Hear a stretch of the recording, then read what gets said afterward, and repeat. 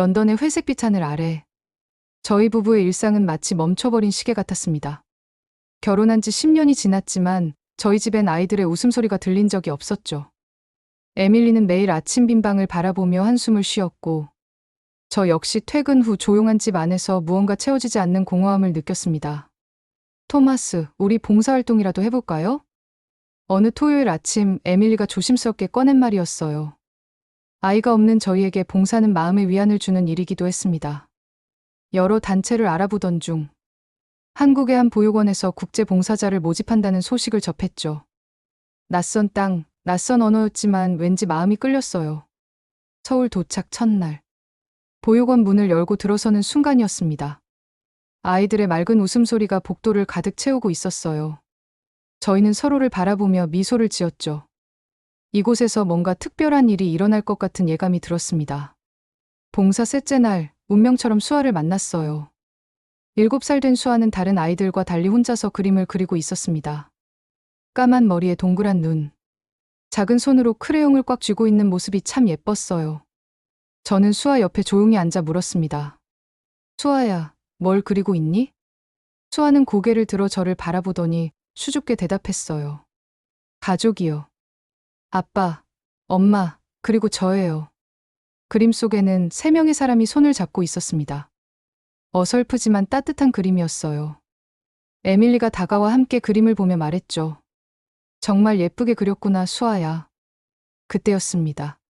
수아가 갑자기 저희 손을 잡으며 말했어요. 아줌마, 아저씨, 저랑 같이 집에 가면 안 돼요? 저도 진짜 가족이 있으면 좋겠어요. 그 순간 시간이 멈춘 것 같았습니다. 수아의 간절한 눈빛이 저희 마음 깊숙한 곳을 건드렸어요. 에밀리의 눈에 눈물이 고이는 게 보였고 제 가슴도 뭔가 뜨거운 것으로 가득 찼습니다. 이 작은 아이의 한마디가 저희 인생을 완전히 바꿔놓을 거라는 걸 그때는 미처 몰랐죠. 그날 밤 숙소에서 에밀리와 저는 잠들지 못했습니다. 수아의 그 말이 계속 머릿속을 맴돌았어요. 영국으로 돌아온 지 일주일이 지났지만 수아의 그 말은 여전히 저희 마음속에서 떠나지 않았습니다. 에밀리는 매일 밤 수아가 그려준 그림을 바라보며 깊은 생각에 잠겼고 저 역시 출근길마다 그 아이의 맑은 눈빛이 떠올랐어요. 토마스, 정말 해볼까요? 입양 말이에요. 에밀리가 조심스럽게 꺼낸 말이었습니다. 저 역시 같은 생각을 하고 있었기에 고개를 끄덕였죠. 하지만 현실은 그리 간단하지 않았어요. 먼저 부모님께 말씀을 드려야 했습니다. 일요일 점심, 저희는 용기를 내어 부모님 댁을 찾았어요. 아버지는 신문을 읽고 계셨고 어머니는 정원 가꾸기에 여념이 없으셨죠. 아버지, 어머니, 저희가 드릴 말씀이 있어요. 제가 떨리는 목소리로 시작했습니다. 한국에서 만난 아이를 입양하려고 해요. 7살 된 수아라는 아이인데. 아직 말을 다 끝내지도 못했는데 아버지의 얼굴이 굳어졌습니다. 뭐라고? 한국 아이를 입양하겠다고? 아버지의 목소리가 높아졌어요. 토마스, 정신이 나간 거냐? 우리 가문의 혈통은 어떻게 하고? 어머니도 마찬가지였어요. 에밀리, 차라리 영국 아이들 중에서 찾아보면 안 되겠니? 굳이 왜 그렇게 먼 나라 아이를? 나라가 뭐 그리 중요한가요? 에밀리가 목소리를 높였습니다. 사랑으로 기르면 되는 거 아닌가요? 사랑만으로는 안 된다. 아버지가 주먹을 탁 치시며 소리쳤어요. 내가 모르는 게 있어. 문화도 다르고 언어도 다르고 그 아이가 과연 우리 가족이 될 수 있겠느냐? 그날의 대화는 결국 큰 싸움으로 번졌습니다. 저희는 상처받은 마음으로 집에 돌아왔어요. 에밀리는 소파에 주저앉아 울음을 터뜨렸죠. 토마스, 정말 우리가 틀린 걸까요? 수아를 행복하게 해줄 수 있을까요? 저 역시 확신이 서지 않았습니다. 입양 절차에 대해 알아볼수록 복잡하고 어려운 일들이 산더미처럼 쌓여 있었어요. 서류 준비, 법적 절차, 언어 장벽까지.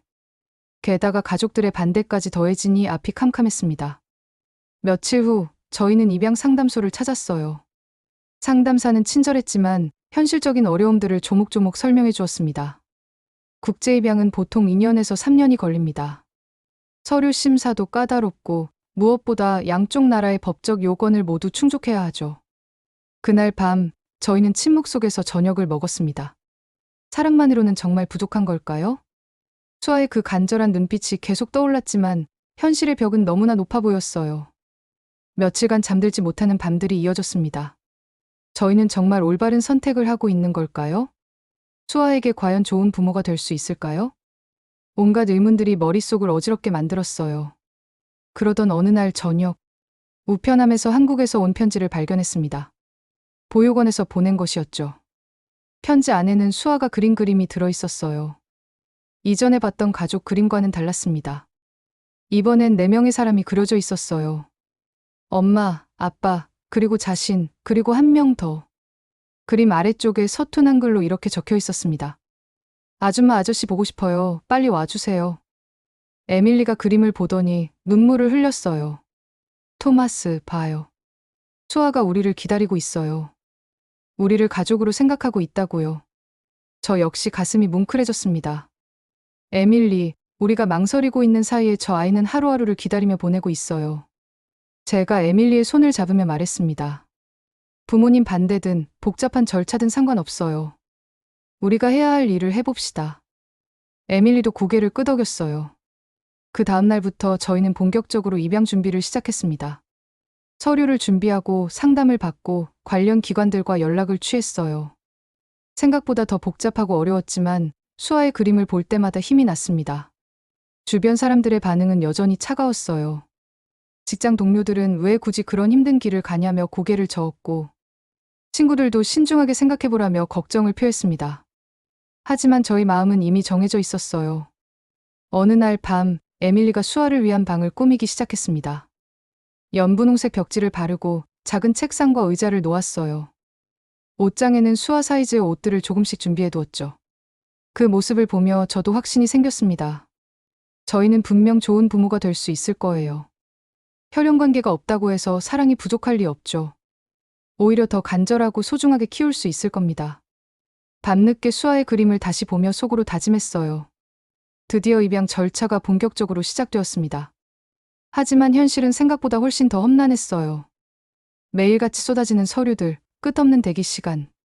그리고 예상치 못한 문제들이 계속 발생했습니다. 토마스 씨, 이 서류에 문제가 있네요.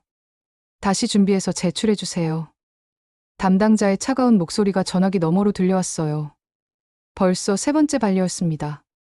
서류 하나하나가 완벽해야 했고 작은 실수라도 있으면 처음부터 다시 시작해야 했죠. 에밀리는 점점 지쳐갔습니다. 정말 할 수 있을까요? 이렇게 어려운 줄 몰랐어요. 그녀의 목소리에서 지친기가 역력히 드러났어요.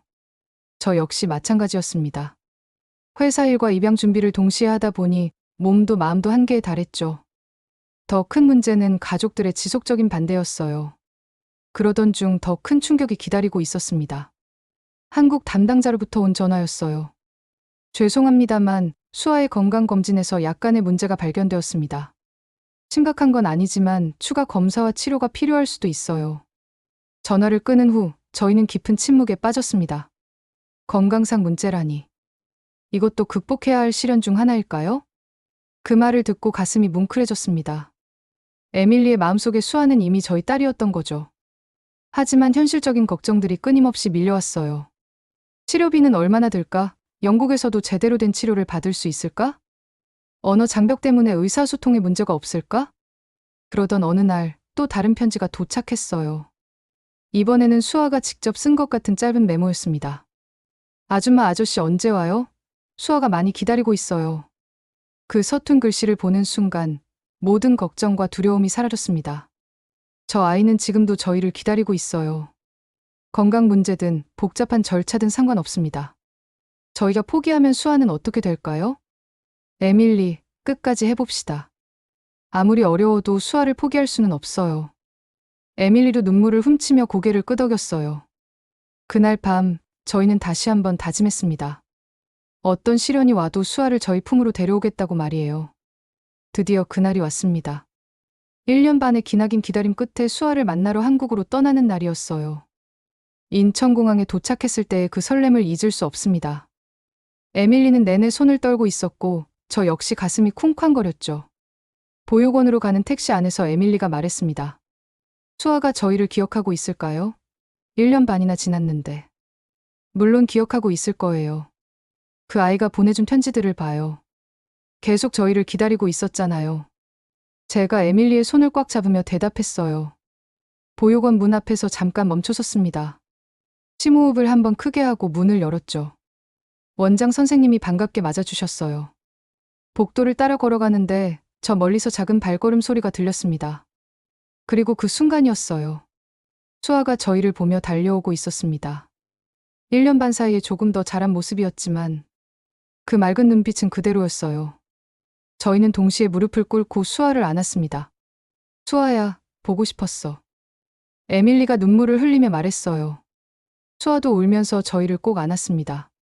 그 작은 몸에서 느껴지는 따뜻함이 1년 반의 모든 고생을 잊게 해주었어요. 원장 선생님이 말씀하셨습니다. 수아가 매일 달력에 표시하면서 언제 올지 물어봤어요. 영어 공부도 열심히 했고요. 수아는 서투르지만 영어로 저희와 대화하려고 노력했어요. I love you, mommy, daddy. 그 말을 들은 순간 가슴이 터질 것만 같았습니다. 수아는 준비해온 선물을 보여주었어요. 손바닥만한 종이에 그린 그림이었는데 비행기를 타고 있는 세 사람이 그려져 있었습니다. 저희가 함께 영국에 가는 거예요. 수아가 환하게 웃으며 설명했어요. 그날 저녁 숙소에서 수아와 함께 시간을 보냈습니다. 수아는 저희가 준비해간 사진들을 보며 신기해했어요. 영국의 집, 수아를 위해 꾸민 방, 그리고 앞으로 함께할 일상들의 모습이 담긴 사진들이었죠. 여기가 저 방이에요? 수아가 자신의 방 사진을 가리키며 물었어요. 응, 수아만의 특별한 방이야. 제가 답하자 수아의 눈이 반짝였습니다. 그 밤, 수아가 잠든 모습을 바라보며 에밀리와 저는 말없이 손을 잡았어요. 이 작은 손길이 저희 인생을 완전히 바꿔놓았습니다. 수아의 평화로운 잠든 얼굴을 보며 다짐했어요. 이 아이가 행복할 수 있도록 최선을 다하겠다고 말이죠. 토마스, 정말 꿈 같아요. 에밀리가 속삭였습니다. 드디어 저희도 진짜 가족이 되었네요. 그날 밤 잠들기 전 수아가 작은 목소리로 말했어요. 마미, 데디, 사랑해요. 그 한마디가 지금까지의 모든 어려움을 보상해주고도 남았습니다. 저희는 정말 부모가 된 거죠. 영국에 도착한 첫 주는 마치 꿈을 사는 것 같았습니다. 수아는 모든 것에 호기심을 보였어요. 영국의 날씨, 음식, 그리고 저희 집의 모든 구석구석을 탐험했습니다. 하지만 진짜 시험은 수아가 학교에 다니기 시작하면서부터였어요. 개학 첫날, 저는 수아의 손을 잡고 학교 문 앞까지 데려다 주었습니다. 수아야, 걱정하지 마. 새로운 친구들을 많이 사귈 거야. 제가 격려했지만 수아의 표정에는 불안함이 역력했어요. 데디, 저 영어 아직 잘 못해요. 수아가 작은 목소리로 말했습니다. 괜찮아, 조금씩 배워나가면 돼. 데디가 항상 수아 편이야. 제가 수아의 머리를 쓰다듬으며 말했어요. 하지만 걱정은 현실이 되었습니다. 수아가 학교에서 돌아온 첫날부터 문제가 시작되었죠. 저녁 식탁에서 수아는 거의 말을 하지 않았어요. 수아야, 학교 어땠어? 에밀리가 밝은 목소리로 물었습니다. 그냥요. 수아가 고개를 숙인 채 대답했어요. 뭔가 잘못되었다는 걸 직감했습니다. 며칠이 지나도 상황은 나아지지 않았어요. 수아는 점점 말수가 줄어들었고 학교에 가기 싫어했습니다. 그러던 어느 날 담임 선생님으로부터 전화가 왔어요. 수아가 학교에서 적응을 못하고 있는 것 같아요. 다른 아이들과 어울리지 못하고 혼자 지내는 시간이 많습니다. 그날 오후 학교 앞에서 수아를 기다리고 있는데 충격적인 장면을 목격했습니다. 몇 명의 아이들이 수아를 둘러싸고 뭔가 말하고 있었어요. 너는 왜 우리랑 달라 보여? 눈이 왜 그래? 너 진짜 영국 사람 맞아? 말도 이상하게 하고. 너네 부모도 너처럼 생겼어? 수아는 아무 말도 하지 못한 채 서 있었습니다. 그 순간 제 가슴이 찢어지는 것 같았어요. 급히 달려가서 수아를 안았습니다. 수아야, 괜찮아. 데디가 왔어. 집에 돌아와서 수아는 저희 품에서 울음을 터뜨렸어요. 데디, 마미, 저는 왜 다른 애들과 달라요? 저도 영국 사람이 되고 싶어요. 그 말을 들은 순간 에밀리와 저는 말을 잃었습니다. 저희가 수아에게 사랑만 주면 모든 게 해결될 줄 알았는데 현실은 그렇지 않았어요. 사회의 편견과 차별이라는 벽이 저희를 가로막고 있었습니다. 다음 날 저는 결심했습니다. 학부모 모임에 참석해서 분명히 말하기로 했어요. 회의실에 들어서자 여러 학부모들의 시선이 저에게 집중되었습니다. 안녕하세요. 저는 수아의 아버지 토마스입니다. 제가 일어서서 말했어요. 오늘 여러분께 꼭 하고 싶은 말이 있습니다. 회의실이 조용해졌습니다. 저는 떨리는 목소리로 계속했어요.